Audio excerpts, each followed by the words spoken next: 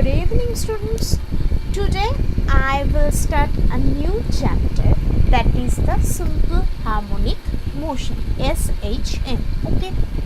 So in this chapter we will learn what do you mean by SHM, its characteristics, its differential form, integral form, its velocity in the differential form and integral form, and more on. Okay. So let us begin.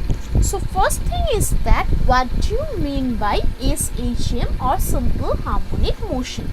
So first thing is that first harmonic motion. Harmonic means when a motion or when a body moves for a specific interval of time, then the motion is called a harmonic motion.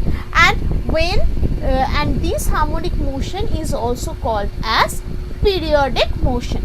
And if the motion repeats the same displacement or same path in a specific amount of time or in a fixed amount of time, basically that is called the periodic motion. And the time for which it is repeating its motion, that time is called the time period.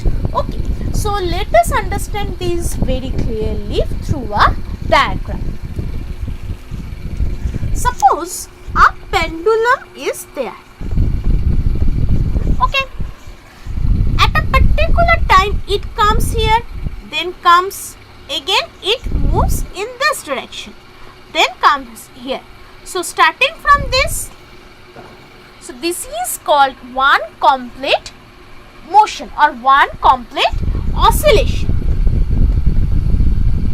It is called one complete oscillation. Okay, so if we study the formal definition of this periodic motion, when a body repeats its motion continuously in a definite path in a definite interval of time, then its motion is called the periodic motion, and the time which is required to complete this vibration or complete this oscillation is called the time period.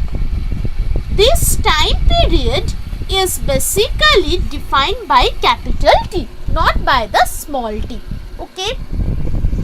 Suppose what are the general periodic motion we will see in nature?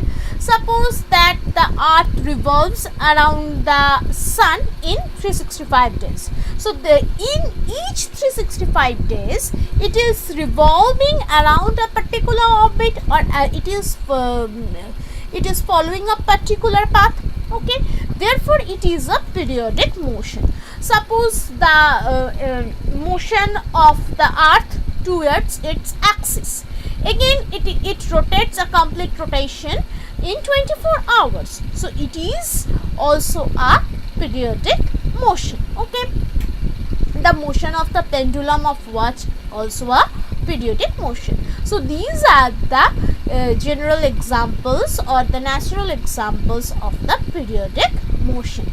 Hopefully it is clear to all. Next I will discuss periodic function. What do you mean by the periodic function? So what is basically the periodic function? Periodic function is basically defined as that the displacement of the periodic motion is the periodic function of time.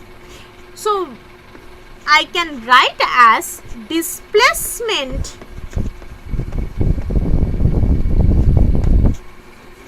of the periodic motion is always the periodic function of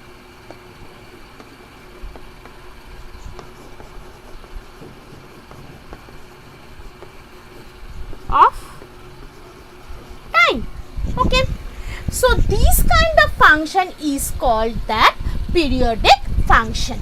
So how we can represent this periodic function? this periodic function is represented as ft, as it is a function of time. That's why ft is equals to a cos omega t. Okay. So, if what is this omega t? Omega is the angular velocity and t is time. Okay. If the argument of this function omega t is increased by 2 pi radian or an integral multiple of it, the value of the function remains the same. What does this sentence mean? Suppose if I write omega equal to 2 pi. So, what will be the value of ft? Ft will be a cos 2 pi t. Whatever the value of this a cos 2 pi t, cos 2 pi, if we replace omega by 4 pi, the value of ft will be remain as same as cos 2 pi. So, how? What will be the value of cos 2 pi? The value of cos 2 pi is 1. So, what will be the value of this t? So, ft will be basically a t, as cos 2 pi is 1, so a and t. And now, if I replace this 2 pi with 4 pi, again the cos 4 pi, what will be the value of this cos 4 pi? Again 1, so the value will be at again. So, that's why if we change these 2 pi or this omega with its corresponding values, then the value of ft will be remain same. Okay, that's why ft is periodic and its time period is given by this t, or time period is given by capital T is basically 2 pi by omega. Okay. Now, instead of cos omega t, if we consider the function is as sin omega t, so then let's see whether this condition is satisfying or not. Suppose instead of cos omega t, I am saying that ft is the periodic function of a sin omega t.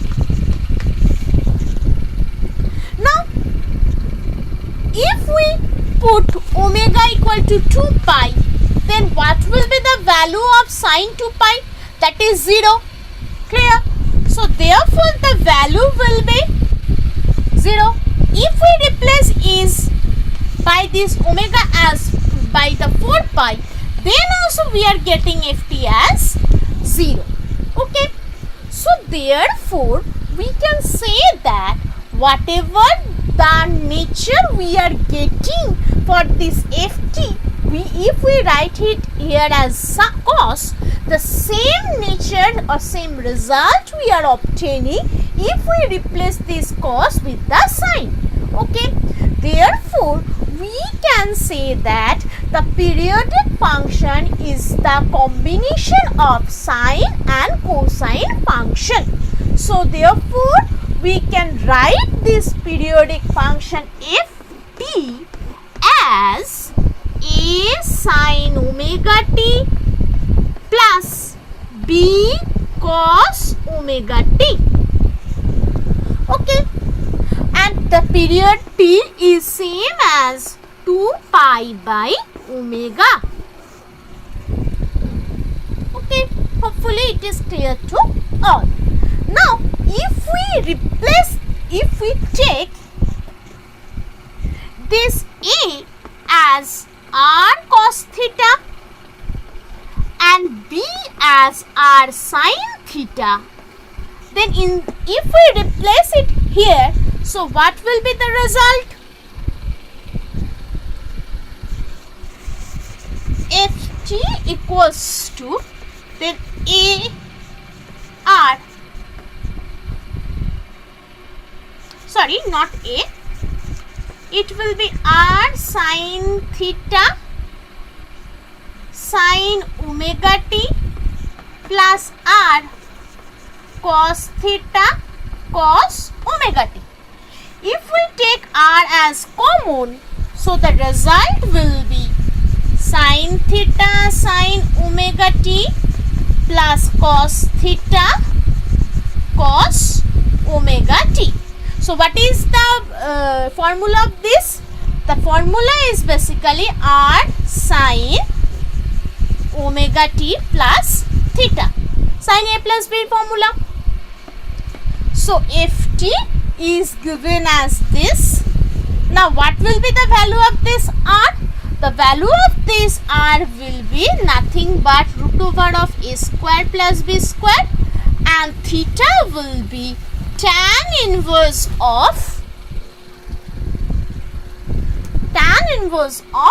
b by a. So this is the in general definition or general representation of the periodic function. So what is the importance of this cosine function? That is basically given by French mathematician Fourier. Okay. So in the next video, I will discuss this periodic function from the concept of the Fourier transformations, or rather Fourier theory. Okay. Thank you.